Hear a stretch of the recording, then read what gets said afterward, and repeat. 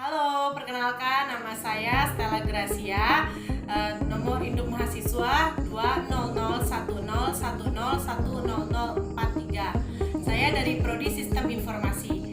Saya akan mengerjakan UAS MSTI. Selamat menyaksikan. Yang pertama, pentingnya siklus hidup sistem dalam pengembangan sistem informasi. Sistem Development Life Cycle, siklus hidup pengembangan sistem dan siklus hidup sistem dalam rekayasa sistem serta perangkat lunak ialah proses pembuatan serta pengubahan sistem serta model serta metodologi yang digunakan dapat mengembangkan sistem-sistem tersebut. SDLC juga ialah pola yang diambil untuk mengembangkan suatu sistem perangkat lunak yang terdiri dari tahap-tahap. Yang pertama, rencana atau planning, 2. Analisis, 3. Desain, 4. Implementasi, 5. Uji coba atau testing, 6. Pengelolaan maintenance. Terdapat 3 metode siklus hidup sistem yang paling sering digunakan, yaitu pertama, traditional system life cycle atau siklus hidup sistem tradisional, kemudian life cycle using prototyping, siklus hidup menggunakan prototyping, kemudian ketiga object oriented system life cycle atau siklus hidup sistem orientasi objek. 2. Deskripsi perbedaan antara sistem manual dengan CBIS atau Computer Based Information System. Pertama, sistem informasi manajemen manual merupakan sistem pengolahan suatu data masih secara konvensional dengan melakukan penginputan suatu data belum sepenuhnya efektif dan efisien, yaitu komputerisasinya masih dalam bentuk besar, kemudian memakan biaya perawatan yang tidak sedikit. Ketiga, kemampuan penyimpanan informasi dalam jumlah yang sangat tidak mungkin karena memiliki kapasitas yang kecil.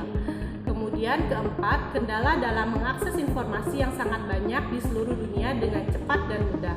Kelima, sangat sulit dalam menghubungkan suatu orang dengan orang lain yang berbeda posisi. 6. Kurang jelas dalam menyajikan data karena masih dalam bentuk bahasa pemrograman. Kemudian yang ketujuh, mengoptomasikan proses-proses bisnis yang semi-otomatis dengan tugas-tugas yang dikerjakan secara manual. Keenam, kendala dalam pengetikan dan penyuntingan data. Kemudian, sistem informasi berbasis komputer atau CBIS merupakan sistem pengolahan suatu data dengan informasi yang berkualitas dan dapat dipergunakan sebagai alat bantu yang mendukung pengambilan keputusan, koordinasi dan kendali serta visualisasi dan analisis. Yang pertama adalah menghemat waktu atau time saving. Kemudian yang kedua menghemat biaya, cost saving. 3. Peningkatan efektivitas.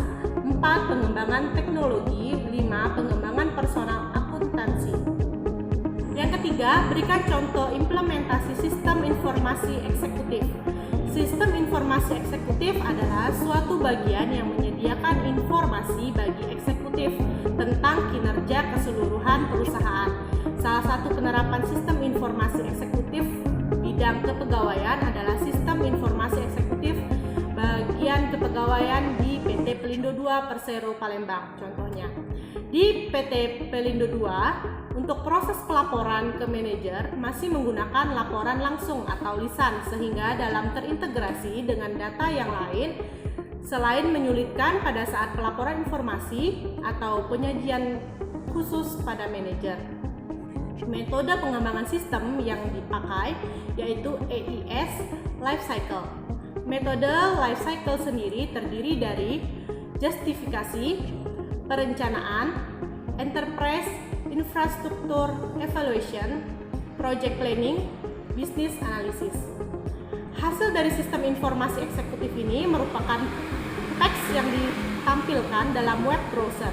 Dalam beberapa submenu antara lain, menu halaman SDM atau input hasil laporan kegiatan dan data kepegawaian. Kedua, pemimpin dapat melihat hasil laporan dari pegawai. Laporan yang ditampilkan berupa ringkasan yang berbentuk grafik dan tabel. Grafik dan tabel tersebut berfungsi untuk manajer sebagai bahan pertimbangan dalam pengambilan keputusan. Dalam contoh kasus di atas, proses informasi eksekutif dipakai untuk menampilkan laporan para pegawai dan hanya dalam bentuk grafik dan tabel. Otomatisasi perkantoran dan manfaatnya dalam mendukung proses transformasi informasi. Otomatisasi perkantoran adalah penggunaan dalam peralatan elektronik dengan tujuan untuk memudahkan komunikasi formal dan informal, terutama berkaitan antara informasi dengan orang-orang yang ada di dalam dan di luar perusahaan untuk meningkatkan produktivitas. Sistem otomatisasi perkantoran didefinisikan sebagai sistem informasi berbasis telekomunikasi yang mengumpulkan, memproses, menyimpan, dan mendistribusikan pesan, dokumen, dan komunikasi elektronik lainnya antar individu, kelompok kerja, dan organisasi. Manfaat otomatisasi perkantoran yang pertama adalah menjelaskan pekerjaan kantor dengan lebih cepat, kemudian mengurangi kebutuhan antara staf dalam jumlah besar. 3. Memerlukan sedikit tempat untuk penyimpanan data. 4. Beberapa orang dapat memperbaharui data secara bersamaan dalam hal perubahan jadwal. Kemudian nomor 5, berikan deskripsi mengapa otomatisasi perkantoran sangat penting dalam era digital saat ini. Otomatisasi perkantoran sangat penting pada era digital saat ini karena dengan adanya otomatisasi perkantoran untuk memudahkan segala jenis komunikasi, baik secara lisan maupun secara tertulis, dengan adanya otomatisasi perkantoran dapat meningkatkan produktivitas yang memungkinkan para pekerja kantor memproses lebih menarik tentunya dokumen secara lebih cepat dan lebih baik serta dengan tampilan yang lebih menarik dan mampu menyediakan informasi yang lebih baik untuk mengambil keputusan. Jadi, otomatisasi perkantoran digunakan oleh semua orang yang bekerja di dalam kantor. Kemudian, ada 4 kategori pemakaian otomatisasi kantor tersebut. Yang pertama yang menggunakannya adalah manajer. Manajer adalah orang yang bertanggung jawab mengelola sumber daya perusahaan, terutama sumber daya manusia. Kedua, profesional, yaitu tidak mengelola orang, tetapi menyumbangkan keahlian, khususnya pembeli, wiraniaga, asisten, staf khusus. 3. Sekretaris. Pekerjaan terdidik tertentu untuk melakukan berbagai tugas mengenai korespondensi, menjawab telepon, dan mengatur jadwal pertemuan. Kemudian 4. Pegawai administratif melaksanakan tugas untuk tugas sekretaris seperti mengoperasikan mesin fotokopi, menyusun dokumen, dan mengirimkan surat. 6. Berikan penjelasan tentang pentingnya pengendalian sistem informasi. Pentingnya pengendalian sistem informasi untuk memastikan bahwa desainnya bisa meminimalkan kesalahan, mendeteksi kesalahan, dan mengkoreksinya. Sistem yang baik dapat meningkatkan produktivitas, menurunkan jumlah persediaan yang harus dikelola, mengurangi kegiatan yang tidak memberikan nilai tambah, meningkatkan pelayanan kepada langganan, dan mempermudah pengambilan keputusan bagi manajemen serta mengkoordinasikan kegiatan dalam perusahaan. Jelaskan dan berikan contoh mengenai peran IRM dalam organisasi. IRM atau yang sering disebut Information Resource Management merupakan teknologi siklus hidup yang digunakan untuk menciptakan sistem yang menghasilkan informasi yang berkualitas. IRM merupakan sebuah konsep manajemen sumber informasi yang mengenal informasi sebagai sumber organisasional utama yang harus dikelola dengan tingkat kepentingan yang sama, seperti sumber organisasional domain lain seperti manusia, keuangan, peralatan, dan manajemen. Pada konsepnya, manajemen sumber daya informasi merupakan sebuah sistem informasi yang mengatur manajemen dengan tugas fungsi sistem informasinya ke dalam 5 bentuk. Yang pertama, manajemen strategis. Teknologi informasi yang dikelola untuk memberikan perusahaan tujuan-tujuan dan keuntungan yang strategis dalam persaingannya. Kemudian, manajemen operasional. Teknologi informasi dan sistem informasi yang dikelola melalui susunan fungsi organisasi yang didasarkan pada cara serta fungsi dan teknik kepemimpinan.